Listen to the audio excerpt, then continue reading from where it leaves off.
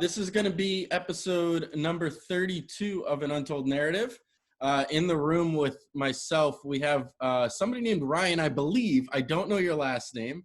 He runs a toy dash creative studio called Nito Studio, or Nito something.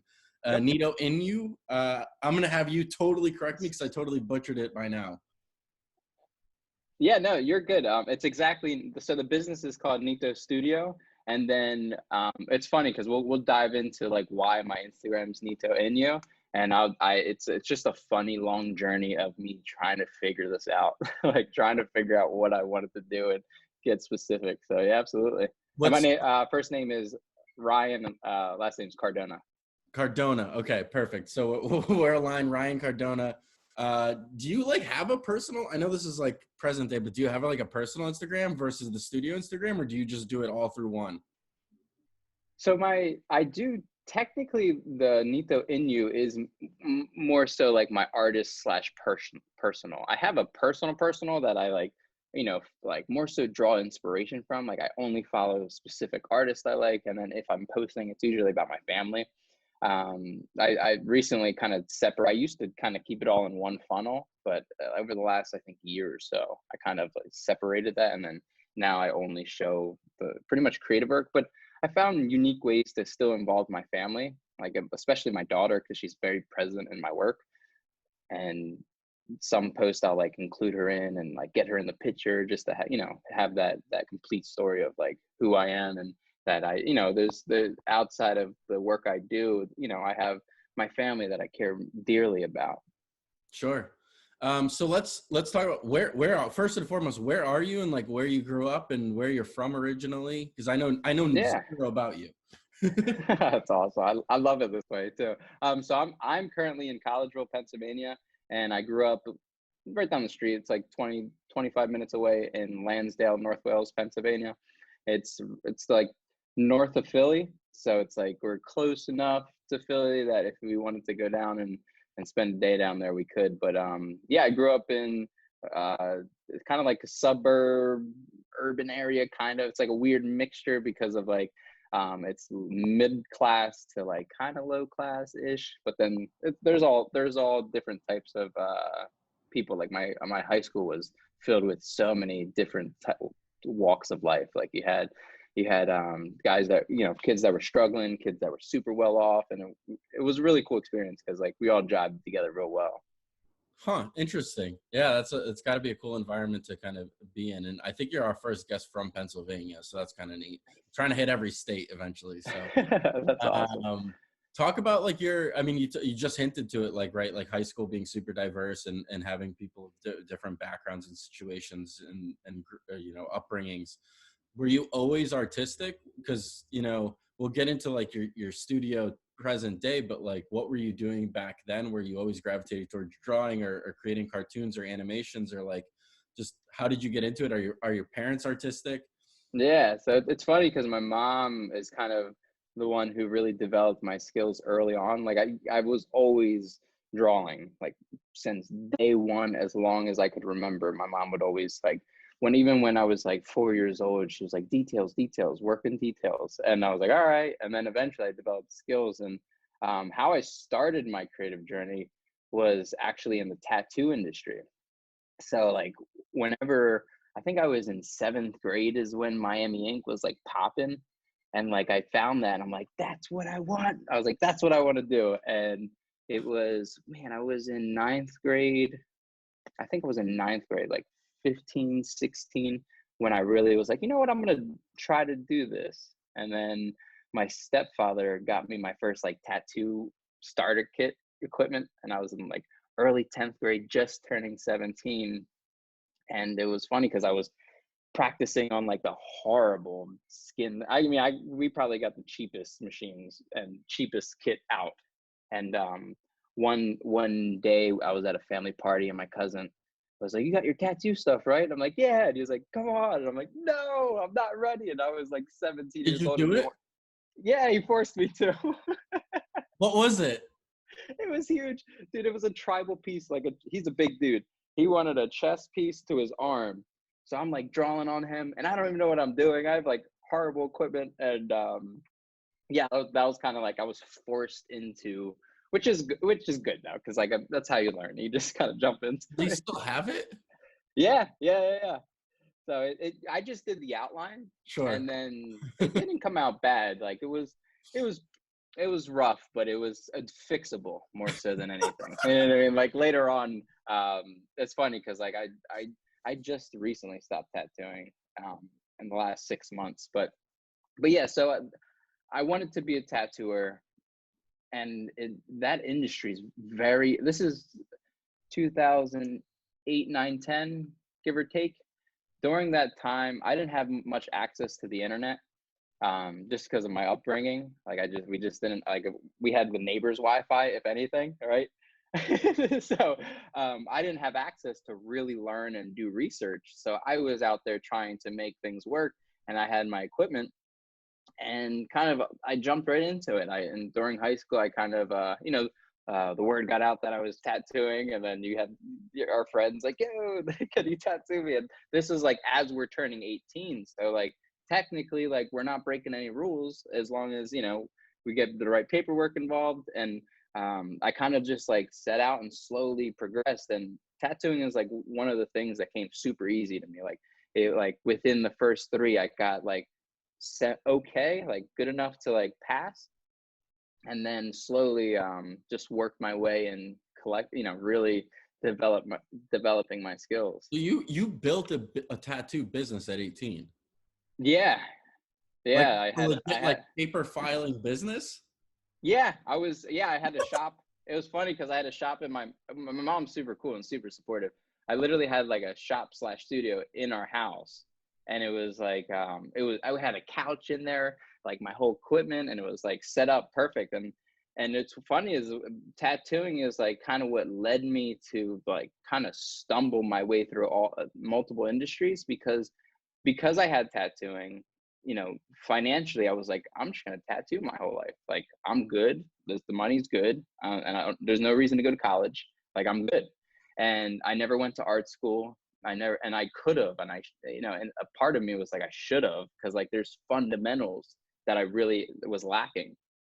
So I think around that was like 18, 19, and end of 19 to like into my early 20s, I got a job at a shop.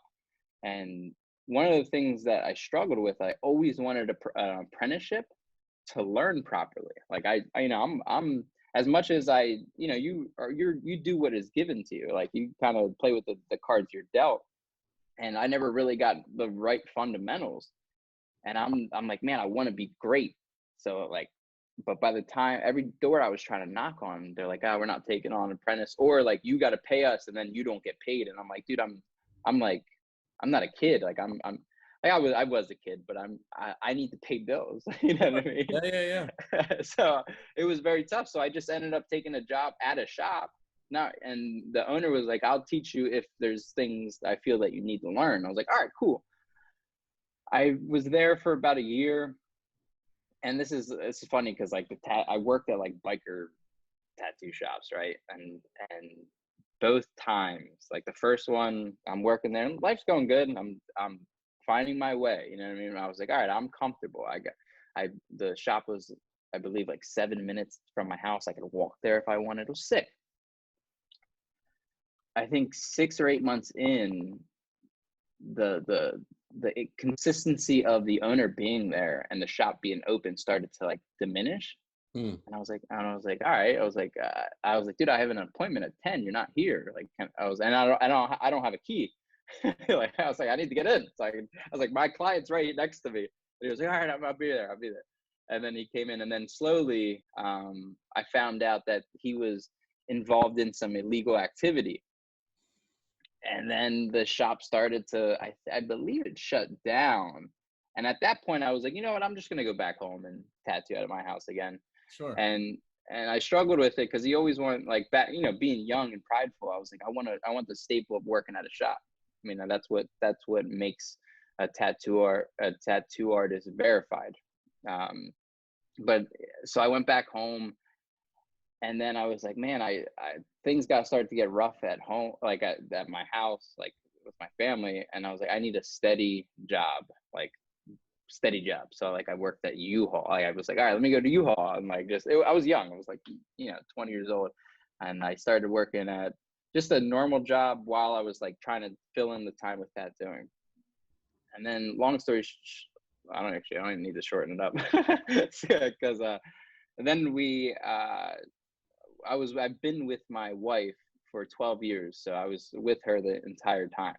Damn. So we had our first daughter when I was 21, I believe. Yeah, I was 21, she was 20.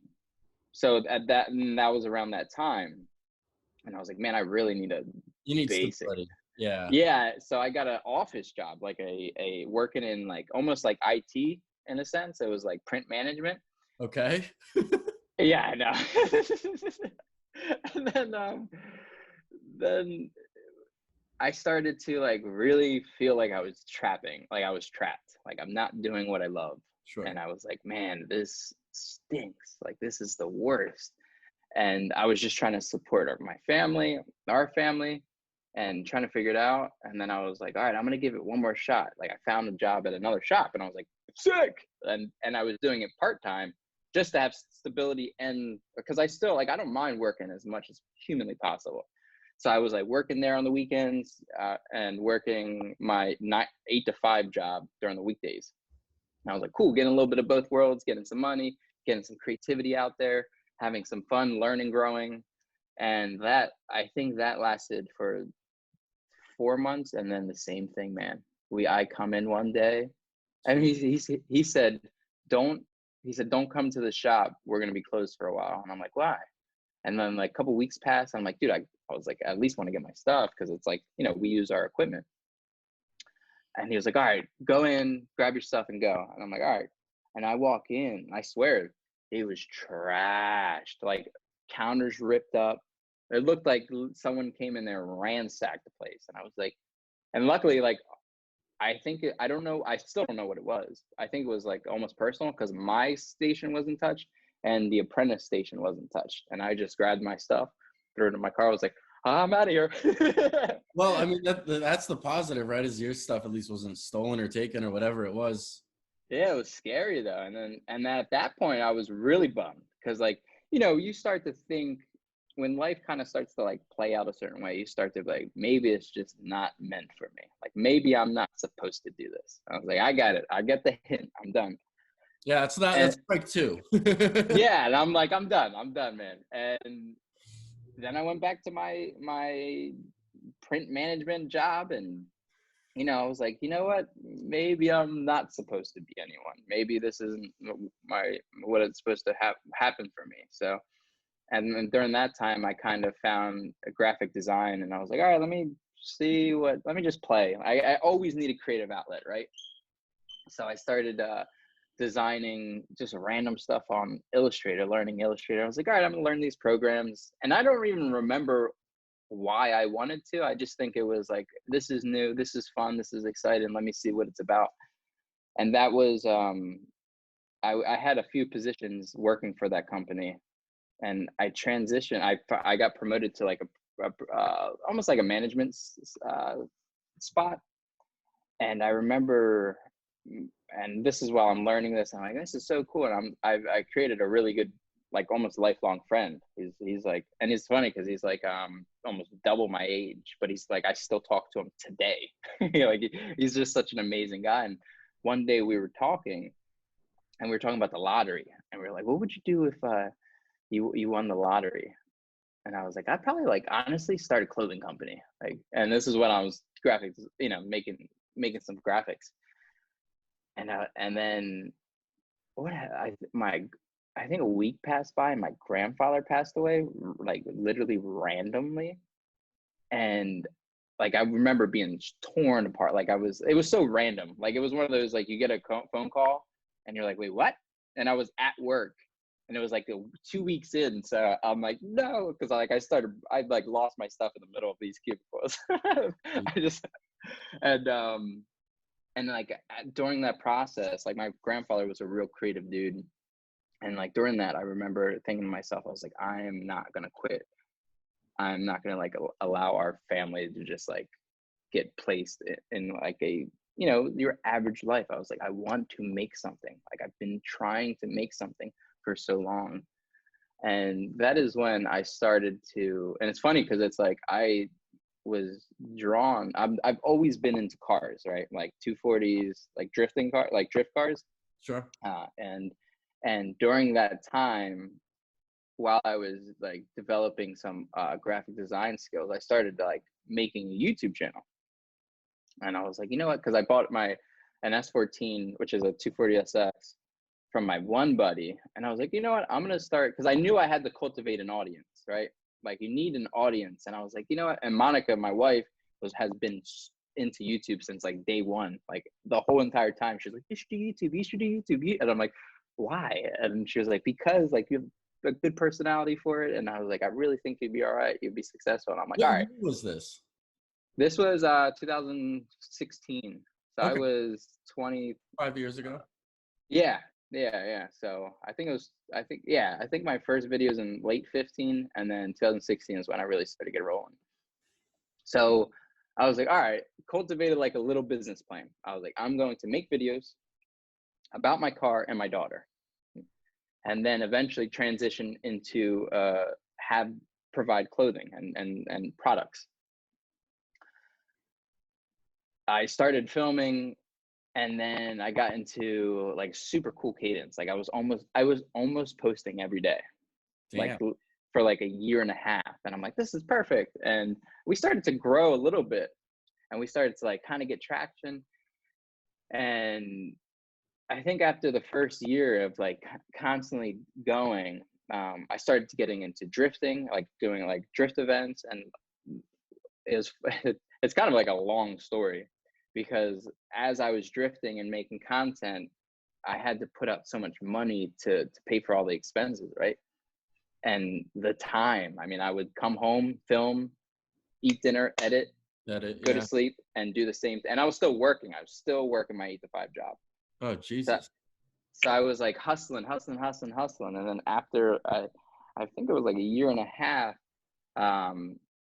like it was having an effect on my family. Like I was trying to build a life for my family, but to the point where it was affecting my family and almost ruining my relationship.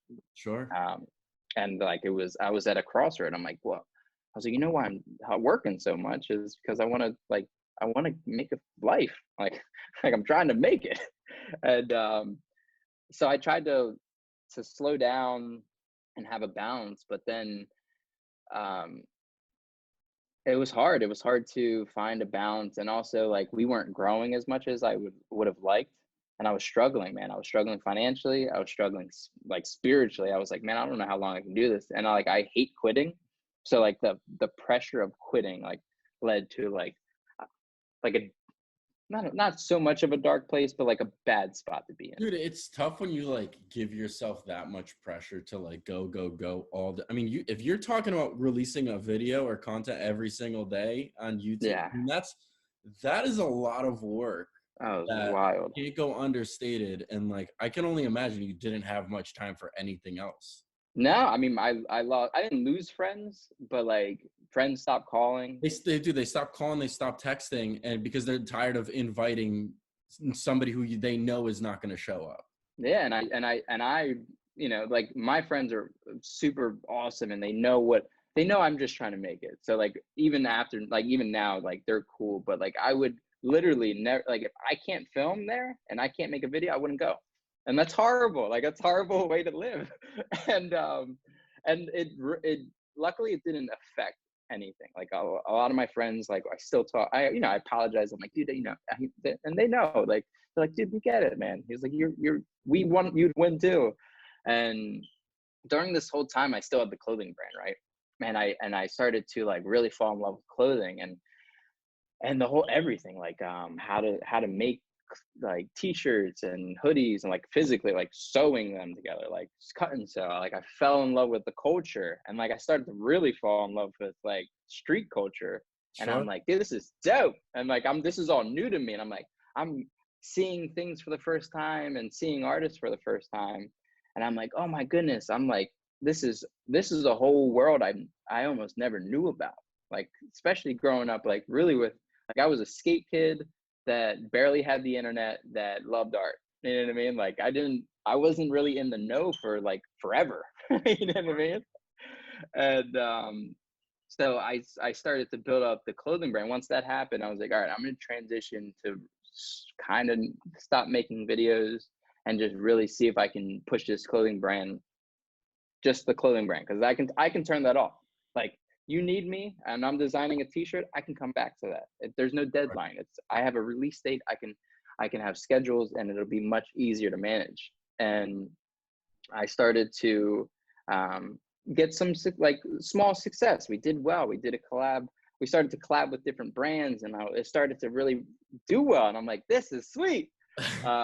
You know what I mean? This is so. This story is just like continuing over and over, like Oh, at it's long. waves. Like, Yeah. how do you? I'm gonna ask you a very different type of question.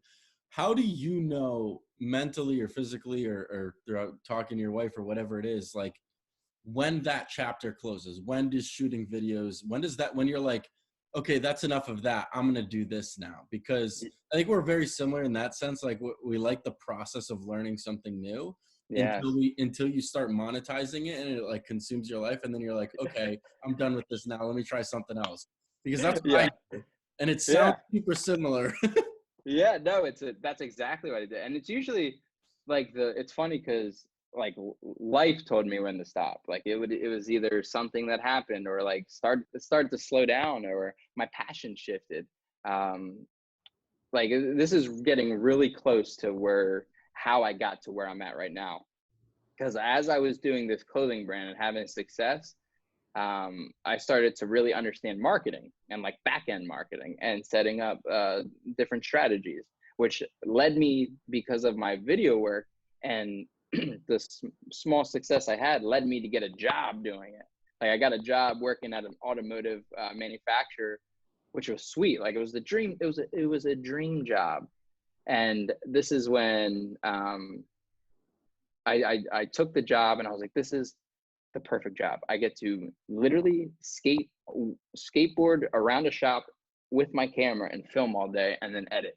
And I was like, this is awesome. I was like, this And is make perfect. money. Yeah, and I was on my way up. We were doing good, and I was like, I was out of the office environment. It was more the guy I was working for.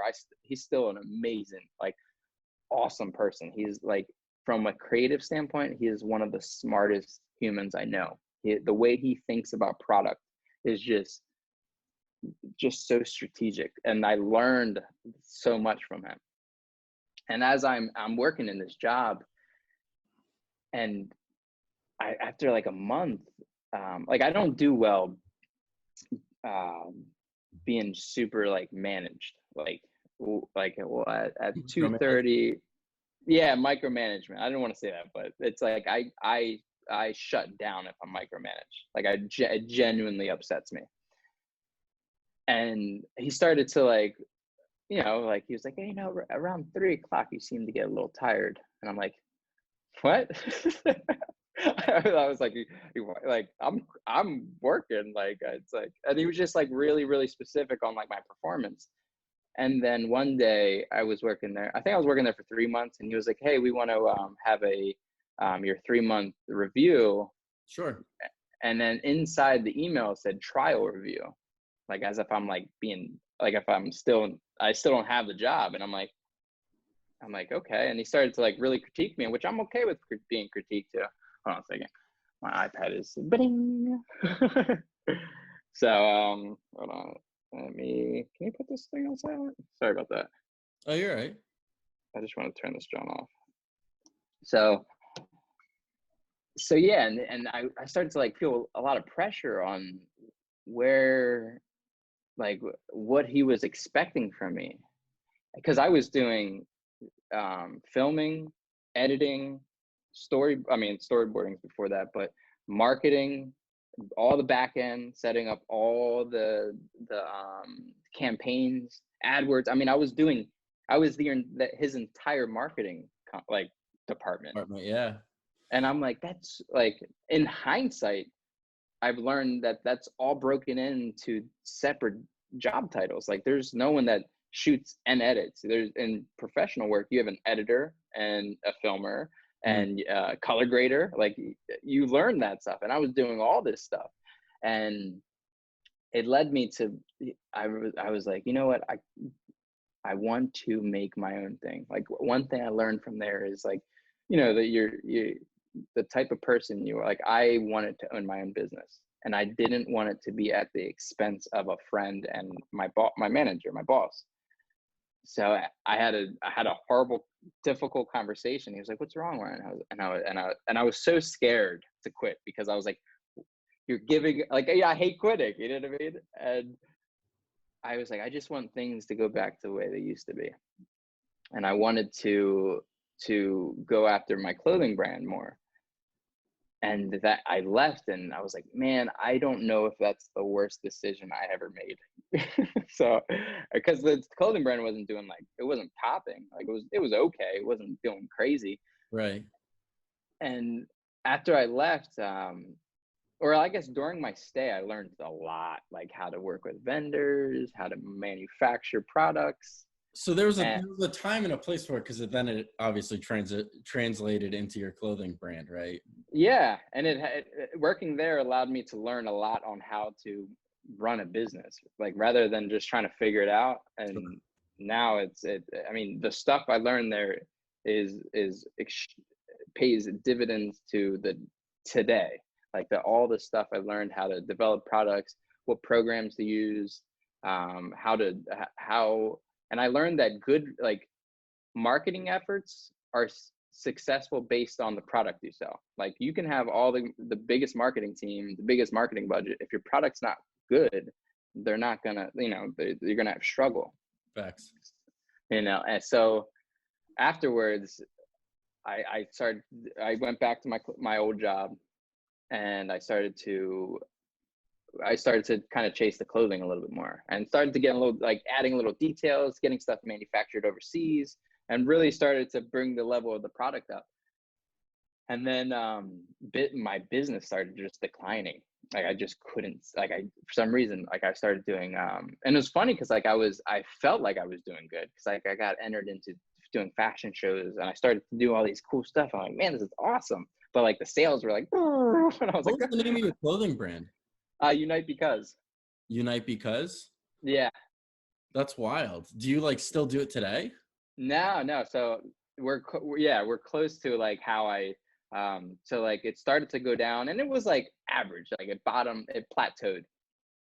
So just And for context, because you said like you're having some success and then you're like having these wavy months, like yeah. for context, like are you willing to like share like what a good month would be and like what a low Yeah. month would be? Yeah. So like to me, like it was still small. So we were doing like 20 to 30 products a month. So we would sell 20 to 30.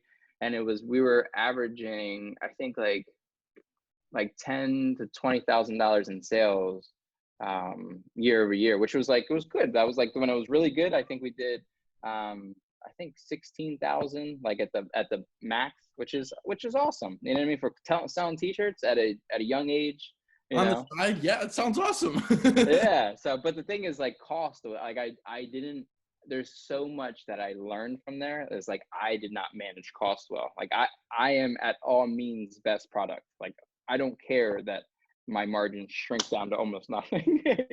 so it was a all life lessons, and we started to so yeah, it started to kind of go down, and I can't remember. I'm trying to think on why I decided. It came to a point where I was like, you know what? I'm not happy making clothing anymore. Like this is years. Like I had the clothing brand for I think 3 years, and like Yeah, it went up. And what year did you stop doing it? technically 2019. Okay, a couple years ago. Yeah, end of 2019. Okay. And just because I was like, this isn't fueling me anymore. And I was like, the worst thing, I was doing everything for the wrong reasons. I wanted to be the most like influential clothing brand, right? Not necessarily like I just wanted things for the wrong things, or wanted this for the wrong reasons. Dude, so just just so like everybody who listens to this, and maybe people recognize this by now, but like every time you reach this new chapter in your storyline, and I know we haven't even gotten to present day, you're an extremely self-aware person. Do you know that about yourself? Like, Yeah, yeah. Sometimes it's sometimes I judge myself if I'm doing things for like the wrong reasons. Like I check myself. Like, yo, why did you place your values in that experience when you know for a fact you shouldn't? So yes, you that's have those you have those hard conversations with yourself. yeah, absolutely, yeah, all the time. I mean, even today, like I'm on Clubhouse and I'm saying some stuff and we're having a fun time. I'm like, yo, did you provide value for the right reasons? You know what I mean? I'm checking myself all the time because I don't want to what is it? I forget the quote, but like lose your soul and gain the whole world. I've never Like heard of really? So I think it's like lose your something like that. It's I think it's about to just yeah, it's and what do you benefit from gain the whole world but lose your own soul? So that's like my biggest thing is like I never want to go down because then you just lose everything. Like the biggest thing out of all this, I have a daughter to raise that is yeah, which watching. you haven't even talked about. Yeah, which the whole time she's watching me on the moves I make and what I care about. Like if I'm always talking about a certain thing, whether it's numbers, success, likes, like she's gonna program that in her mind. So that's why I'm always self-checking having a self-check because I'm like, she is going to see this. And I've seen when I have to go through analytics and I'm talking about it, all of a sudden she, like it'll come up in her conversations on like talking about likes. And I'm like, that doesn't measure your success. Like, please remember that we are doing this with that as a strategy. You know what I How mean? old Like is she today? she's 6. Okay. But she's so smart. She drives me nuts. I can't say anything. Like I have to be very careful around her on what I feed to her because she's influenced So much. yeah, heavily by the moves we make. Yeah. So after you decided to kind of slow down or stop your clothing brand, right? What was like what was your job? What was your like where were you? Did you go back to that printing company again? Yeah, I've been I don't yeah, know. That yeah. company's amazing. They keep hiring you back. Well, the thing is, while I'm doing clothing, I always work there, so Okay. I never quit, um, because it's so steady and it's an easy job to manage. Um, so, and I quit. I didn't quit. I slowed down, and I remember I told myself, wait, I can't remember. You know what it was? I was building a new idea around a T-shirt, and it was this character called Avador.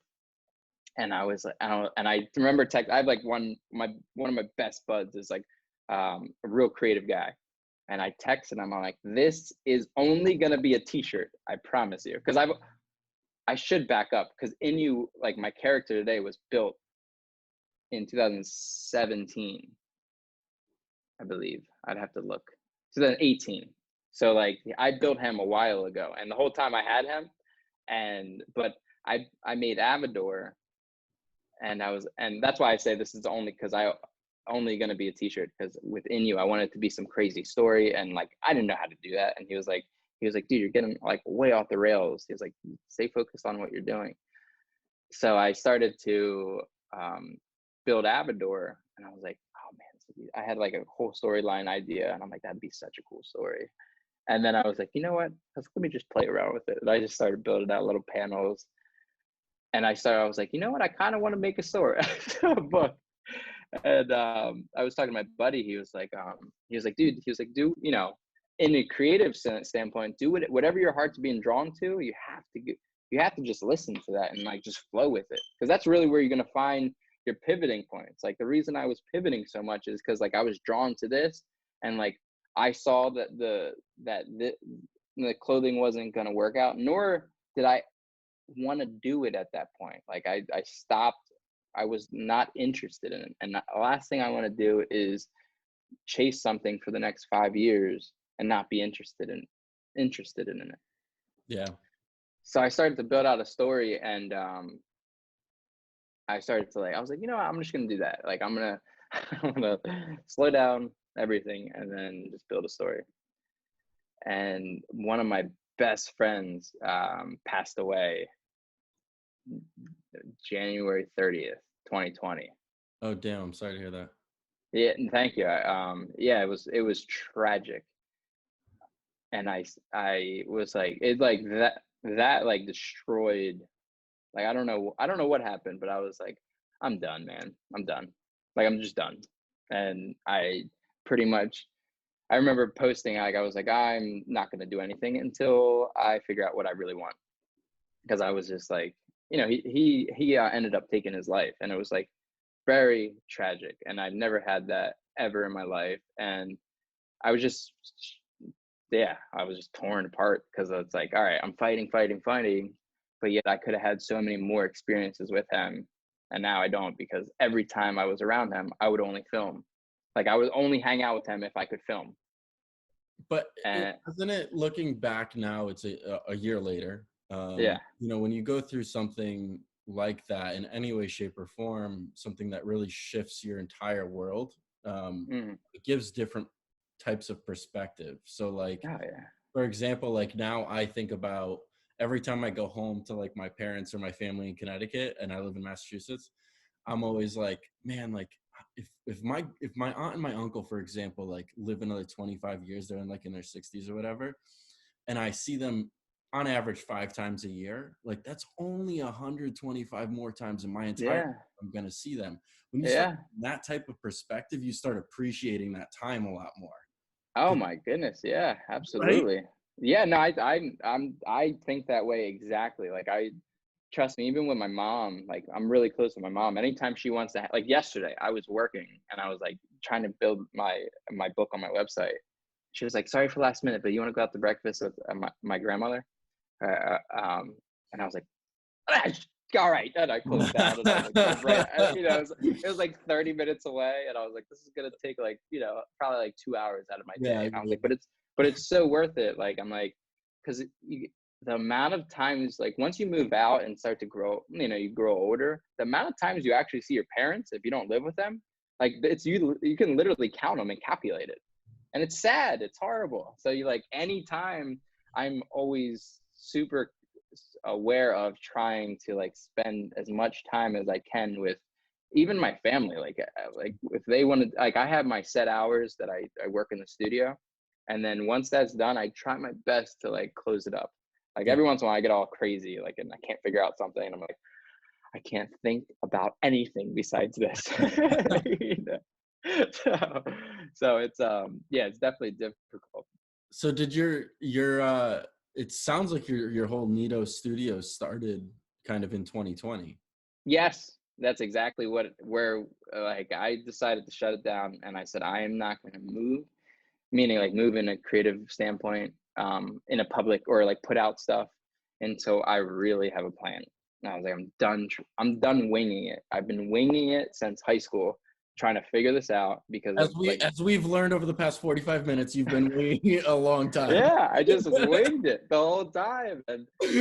And I was like, I'm tired of winging it, because there's with winging it, it's cool to be a go-getter. Like that's one thing. I was a go-getter. I made over 700 videos on YouTube. I've done countless tattoos. I've really been trying to make it, but like the whole time, I've never sat down and got the proper training, proper education, because I just had no choice but to wing it. Like I had no choice. I had to go. I had to move, and because I had a daughter at an early age, and like I had, you had to pay for bills and all that good stuff. And it's over time, I when I decided to sat down, I was like, all right, I'm gonna work on Avador, which is the book I started to write. And I was like, I'm only gonna work on that. Like that's just it. Like nothing else, just the book. Let's go through that learning process of how to make a comic book or graphic novel, manga style book. And I figured out how I wanted to make it and how I wanted to illustrate it. And um, I started to create the first issue, and I got like 40 pages in, And I was like, man, this is sick. And I forget, I don't know why at all. Because I wasn't putting it out, like it was just almost like a passion For you. project. Like I didn't mind just putting it on the shelf. Like I was like, I started to build out stories, and I wanted to develop my skills in illustration. Like I was like, all right, I got the book to like where I could take like the first chapter done. I was like, I'm gonna start drawing and trying to develop my skills. And I don't know why, but I revisited Inue. So Inue was created is a fictional character that I created for my daughter back when I had the clothing brand, because I was presented to do a collab with a steering wheel company. Okay. So I was like, all right, how am I gonna bridge two brands? I was like, I'm gonna create a mascot, a character. So I was like, my daughter loves horses and unicorns. I was like, that's perfect. And this is like kind of going back in time, but that's the whole journey of how we got to here. Okay. And this is more so like how I created Inue. And I started to develop this character for Lena, my daughter, back then. And it was not like it was not cool looking at all. And I was like, that'll work. It was like way less detailed and just very generic. And I wanted to revisit him for some reason, going back to like 2020. And I started to play around with his features. And the whole time you're getting better in creating. Like you're every day you grow and you develop skills, like small, like 1% at a time. Mm-hmm. So I started to play around with his features, and I already modeled him. It's kind of like a long story, because I've just tried so much. And when I was developing skills in like 3D sculpting, I started to play with his features and like really kind of dial him in. And I got to a point where I just literally made his eyes bigger, and I changed his legs and his arms. And I'm like, that kind of looks like something. And then I sent it to my buddy, and because he's seen it from like if you see Inue from like the first version, he looks like literally a cow with ice cream on his head. So and my buddy Eric was like, dude, that looks good. He was like, dude, just fix the ears and the hair, because it still had ice cream hair. It wasn't supposed to be ice cream hair. It's just you're developing. Dude, And by the way, just for people's context, these are all skills you are self-taught at, from yeah Illustrator to Photoshop to 3D modeling now, it sounds like. yes, because after working at the car industry, I for some reason during that time I was like, I want to make again, falling in love with street culture. There's so much going on. That's why like I almost it's always hard for me to tell the story from start, because it's so all over the place. Well, and it sounds like each chapter is influencing another. Even Yeah. if it's not the next one, it might be 3 chapters down, or you're going backwards too. So Yeah. That's why like even like that's why I talk when we're on Clubhouse, I hear a lot of artists talk about, I feel like I'm all over the place, and I always say to them, that's good, because in being all over the place, that's when you find your purpose. Like me trying this, that, I mean, I did jewelry, I did cut and sew, I modeled, I tried to do a bunch of stuff, but in that is what I found what I wanted to do. And that's why it's cool. It's cool. Be all over the place, especially in your early years. If you're, in your early years in your creative journey, that's cool. And even like, I don't know, man, like I'm so okay with being a little bit all over the place, especially at all stages, because you never know what you're gonna find on the other end.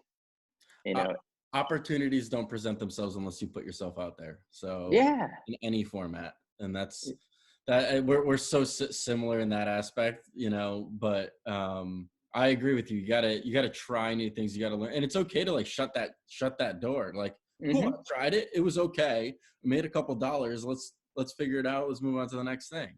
Yeah, absolutely. I And mean, that's you mentioned jewelry as well. I did scroll all the way to the bottom of your Instagram page, and it was there, and like you didn't even touch on that yet, but that's a whole nother thing.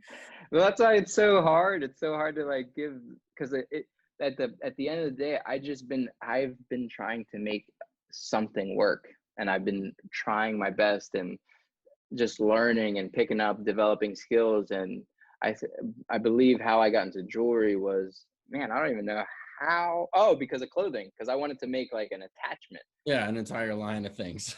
Yeah, and then when I found how to make jewelry, I was like, oh man, I found a really cool vendor that's super easy to work with. And I made a few pieces, and I was like, man, this is expensive. Like jewelry is expensive, especially depending on how you go about it. And I was like, do I want to sell jewelry? And then I'm huge on packaging, right? I love packaging. Like packaging is everything to me.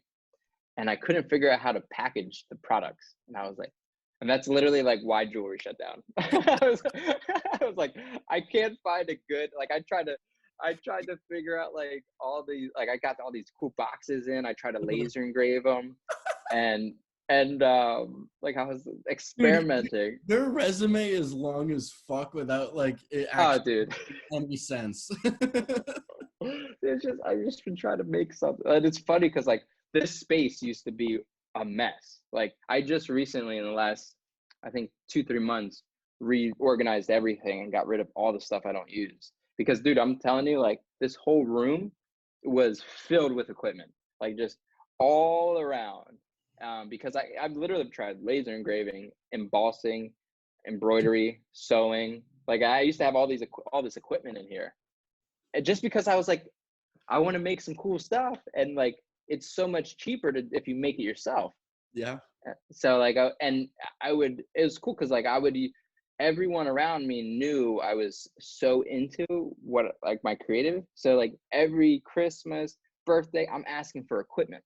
So like I'm like, hey, can you get me a sewing machine? All right, cool. Next I need, you know what I mean? Like so like over the years, I would just pick up new equipment and reinvest.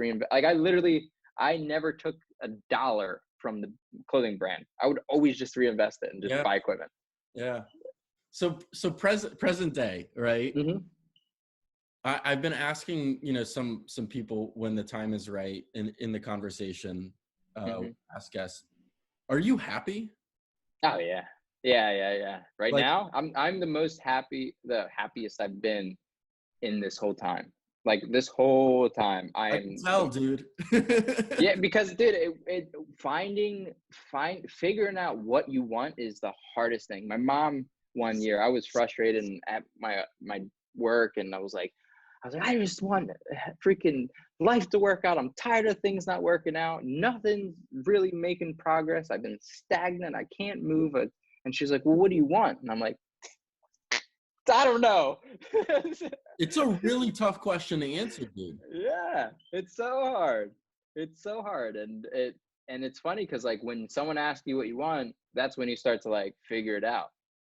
And at that moment, I created all these ideas, man. I had an idea of opening like a tattoo shop slash clothing store, like tattooing upstairs, clothing downstairs. And like that wasn't that long ago. That was like a year and a half ago. I thought I mean, about doing that. still a relative idea. Now it's probably like part-time toy studio. Yeah, exactly. Yeah. No, yeah, it's just been nonstop trying. Like out of all of this, it's just like I always say, at least we're trying. Like we're trying to get something going. And to kind of circle back, I finally found what I want and who I want to be. Because one thing in all of that is what I've learned is to have precision and know what you want and consolidate what you do to a few things does a lot for your health, does a lot for your sanity, does a lot for your skill level because you're hyper focused on 2-3 elements rather than being everywhere and you know what I mean? Like that goes such a long way. But I don't I would never tell anyone or even like my old self that you need to do that right now. Like you need to go through that. We all go through different chapters and different areas of or working in different mediums, but that's what it takes to get to the end result. Like I talk to a lot of like even the company, like one of my buddies owns that business I work for, and even him getting to where he's at now. When I got on in 2018, that was the first year in 10 years they were working off of own products. So like prior to that, they were kind of working as a vendor for other people, Mm. um, they were working as a manufacturer for other businesses. So it took them like 8 to 9 years to get on their own. And he shared some stuff that it's just a creative process, man. We're Yeah. messy people, man. We're trying, we're experimental people. So today, right? Mm-hmm. You have Nito's studio. Mm-hmm. Inue is the character in the bottom left-hand corner, right? Yes. Okay, so that's the Yeah. the horse, cow, unicorn thing. Yeah. You now physically model him as a toy, Yeah. but also created a book. Yes. Now, I most recently noticed you just launched NFTs to support that as well.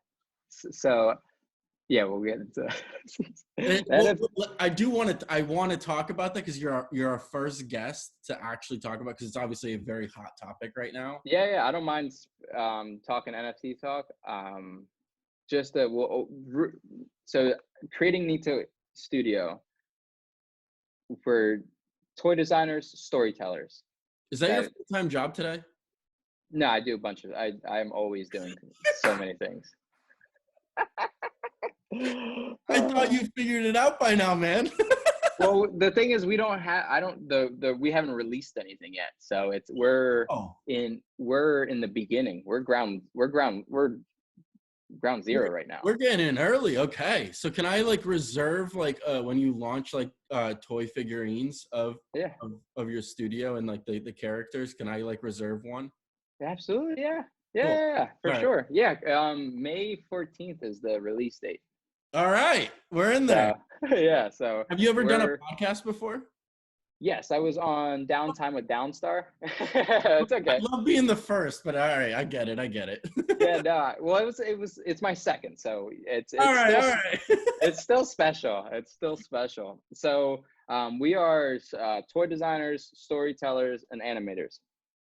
My goal is to create toys and art figures with a storyline and narrative behind them to eventually build to a short film or a short series. Cool. Like that is the goal, and that's the very specific And goal. you've honed in on that. You talked about like closing a lot of those Yeah. things and like, this is my goal. What does it take to get that? Yes, and being specific has opened up so many doors and so much more conversations. Because if when you're talking to someone, you're like, I do this. They're like, all right, cool. But it's like, I do this, and this. Those are literally the three things I'm focused on. And it's been so much easier. As far as NFTs go, it's almost I say I am doing this because I should, not because I want to, right? That's how I feel about it too. Yeah, that's the only reason. And what I am doing is I'm putting out our Instagram post. So I will take something like I try to keep the content we provide dynamic, so it's not always products, not always me, not always business. And so I'll do like some drawings and some quick illustrations kind of outside the world of the book, because the world of the book is completely different. And I'm excited to share that because I think that the book is the strongest out of everything. The book is the strongest piece of the puzzle. But anyway, going to NFTs, I was like, let me dive in. I hear everyone talking about them. I was like, let me see. Dude, I'm telling everyone to get into NFTs because literally I changed my strategy. So I put out NFTs. Everyone wants to put them high, right? Everyone wants like $1,000 for an NFT. I was talking to an owner, Roberto De Costa. He owns Conan VR. He hosts virtual reality art galleries. Okay. And NFTs got brought up. And he was telling me what people did was kind of the opposite of what we're seeing a lot of people are doing. He was like, go low and create value and get your money on the back end, your secondary market. Set your commissions and make your money on the back end rather than the first initial purchase. Yeah. And I was like, hey, that's a great way of thinking about it. Right. Because I looked and you put yours at 0.02, 0.025 ETH, right? Which Yeah. is, $40, let's call it. Yeah. Yeah, exactly. And literally within, I think the way I put them up, I reorganized and reloaded them or reminted them. Within the first 30 minutes, got a bid. By the end of the night, sold 3. And last night I put up another one, sold another one. Like it's ridiculous. And I'm keeping NFTs as a separate entity almost. Like I know, like I'm trying not to market it as much because like I do want to be like strategic, but there's ways to benefit from NFTs. So I'm getting my beak wet right now. And my goal is to, because it holds like authenticity. That's the coolest part about NFTs. Like it's an authentic token that you own. So one of my goals is, and I'm still playing with the idea, is to sell our single issues really low, like literally $5-7, like as if you were to go to comic book store. I'm not asking for like $1 million because it's an NFT. We sell our single issues as an NFT, as a limited, 100 series. So you get your first edition of the first issue as an NFT, which has unlockable content to a secret place on our website that then you can go read the first issue. Because And I tried clicking on that first issue and I can't get in because there's no password. So I see what you're doing there.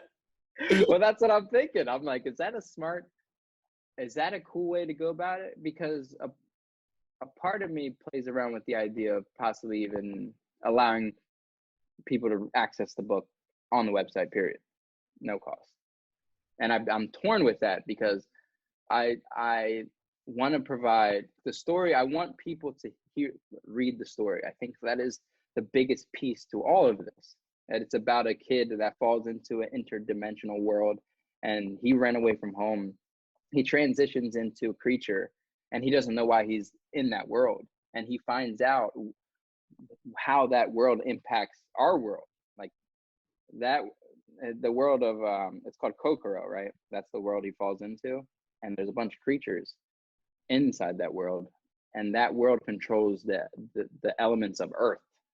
So in a sense, like they wield the power of the sun, the water, the matter, and electricity. Like that, they are controlling that.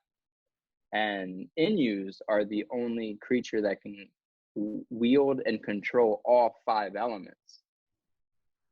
So he comes in as the second Inue,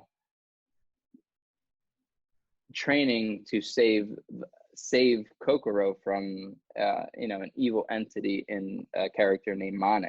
And it's just a very cool journey of a boy that doesn't know himself, that is lost, that has a lot of options. That's clear. Yeah, exactly. That's why when I was writing this, I'm like, this is going to be like based around my journey.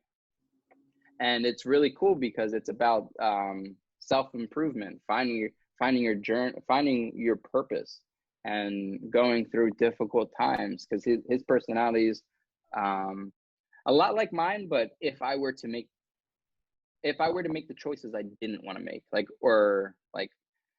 the giving up super easy, like like when I get frustrated at something and it's overly whelming, I want to quit. I want to be like, I'm done. You know what I mean? So, but the character's name's Quan. Quan gives up early, but he has a lot of natural abilities. So like there's a pool of like self-belief and building, empowering himself. So it's like, that's why I say the story is the coolest piece out of everything. Like the figure, I love the figure. It's cool. But the story brings so much more value. I think there's the journey is really cool. Like there's so much that happens to him. But that's like exactly, you didn't talk about your age, but like, let's call it 30 some odd years. Like that's everything. It's the process. It's the journey. It's not the end result. It's not the success. It's not the money. It's doing other cool shit to figure it out. Yeah, absolutely. Yeah, that's what life's about. Like that, I'm always in love with the process. Like I'm a process guy. Like we were talking a few days ago, and we were talking about Do you love the process or the product, like or the end result? And I always say process, because once the product's done, I almost like feel a little bummed out that it's over, like done. Yeah. I can only look at my figure, for the first 50 times without naturally getting used to it. Like I'm already used to what Innie looks like, and seeing him in his final form in vinyl, and like when I filmed my reaction of like opening them for the first time, and I'm like, dude, because it was like the first time I made a product that was actually good. And it That's was awesome. years of like, I finally did it. I finally made a good, solid product. And, but now that feeling wears off. So I am always in love with the process. Like I just developed a new character, and it always, like, developing characters always comes from like what I want. Like I started watching like a lot of kaiju and Godzilla and King Kong movies. Like I just started binging them at night, and then I started looking like figurines of them, and I'm like, man, I was like, I kind of want to order one just to have like because I have like a little collection of like figures that I get. I love inspiration. I think inspiration is a currency and is almost priceless. So I was like, I'm gonna snag one. I was looking up, and then, like there was some that was really expensive, and I'm like, you know what? I was like, I wonder if I should make a character that's like inspired by that. And I started to develop this character, and like the process, man, I was like, this is horrible. And then I just started to really define it, and like I always forget how hard it is to get to a final. And I'm like, man, this is, so I spent like days on it, and I'm like tweaking. But at the end, I'm like, man, this is the best. And then it's over. And especially because I can't show any of the other characters because it's Inu season. You know what I mean? Like I have 4 characters after Inu. They're just sitting. Like I'm like, all right. I was like, can't wait till you meet these guys. They're sweet.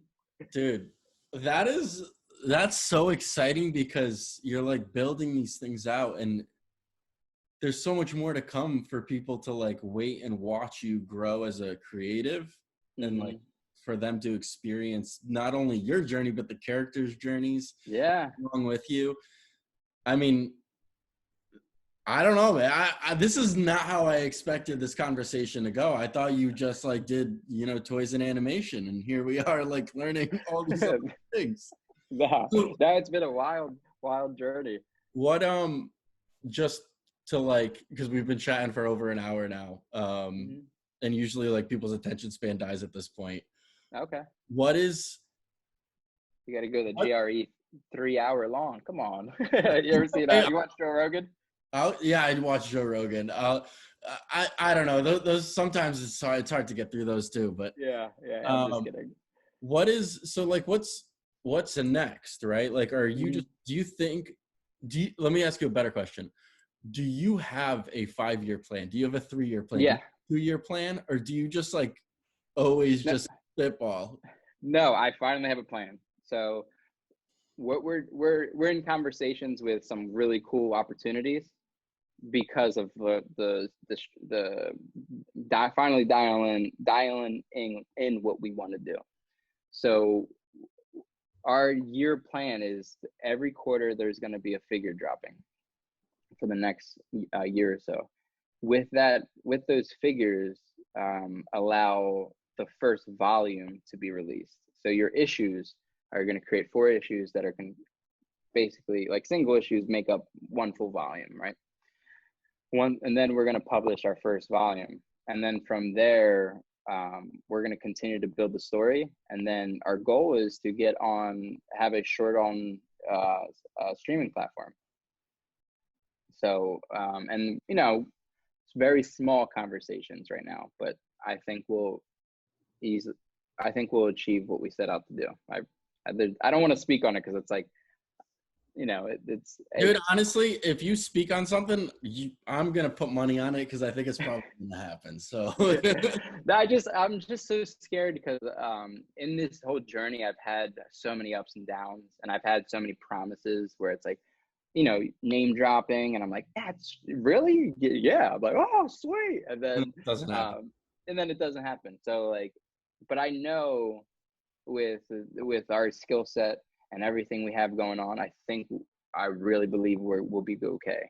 And my goal is to consistently put out books and to really build the story of Inue and build him up as a staple character for us and for me. And, you know, like our long-term goal after Inue, we still got Abador, my man, the first book I wrote. So I always say Abador is going to be after, like, once this, you know, 10-year Inue run goes, Abador's next. Like that story is so cool. So I'm gonna nitpick here. You keep using the word "our story," "our journey." Yeah. We. You never Yeah. say my story, my this. Who I is know. our? Who is part of this? Me, Because it's more than myself, one and person. I. No, I'm just kidding. Because you never at once said I. You keep Yeah. referring it to as our. Yeah. So I don't know. I don't like. How's that? I don't like not including family, those who help me, those who are in this creative journey with me, even my best friend. Like, if I were to be successful, I am not just bringing me along. I'm bringing my best bud, and he's gonna help me. So, like, I say, do they have stake in what I'm doing, and have they, do they have something to lose? Not necessarily, but I know if we were to really start rolling, and I really believe we'll be all right, I'm going to bring on all my really close friends, and so that's why I say our, because it's not mine. It's far from mine. It's and technically nothing is mine. As soon as you put it into the world, it's it's ours. Like, It's we're everyone. sharing this world. Like, yes, I make it. Yes, it's my story, but it's not for me only. It's ours. I want to create something that someone can feel a part of. And that's why I always lead with ours too. I want you to feel part of this. Dude, I'm Right. in. I'm 1000% for the rest of my life part of our. Yeah, you know what I'm saying though. So, like, I've always led with ours, because nothing. I don't even think anything's just single-handedly mine. You know what I mean? Whether I bought it or not, eventually, it's like, if my daughter wanted to use my iPad, it's ours all of a sudden. You know what I mean? So, like, I never lead with that's mine. So That's it's a really, really great perspective, man. It takes a lot to like say that and admit that too. yeah, no, it's I don't know how, or I give that one to my mom. My mom's awesome. Give her the credit. Shout out to your mom. Where can people find you?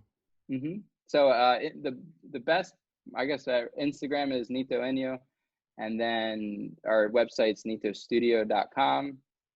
And I always lead with, the toy industry is so hard to figure out, that if anyone has questions or needs direction on what mistakes not to make, hit me up.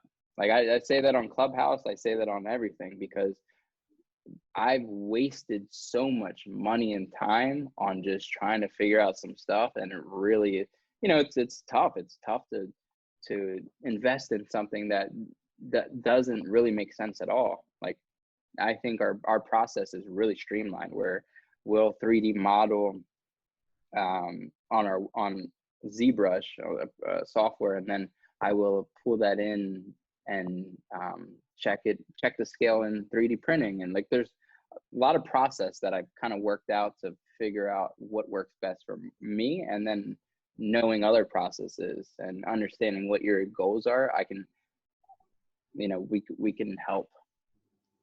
That's amazing. Yeah. And that's just so everybody's aware, wherever you're listening right now. That's how we met, through Clubhouse. So it's really amazing to like share part of your journey to like different rooms and chats, whether that's the toy industry, that's the tattoo industry, that's the art industry, that's the character design industry, because you cross-pollinate into all of them. And I find Yeah. myself super similar with footwear, with painting, with podcasting, with Yeah. different things that you do, because you could provide, you mentioned it earlier, like, where am I providing value that's real versus like Yeah. opinion. Yeah, absolutely. I think a lot of in this day and age, you don't need to be just working one practice. From a marketing standpoint, you can show one practice, but you don't need to work in just one practice. You don't need to just do podcasts. You know, you can have multiple disciplines in multiple channels of your life.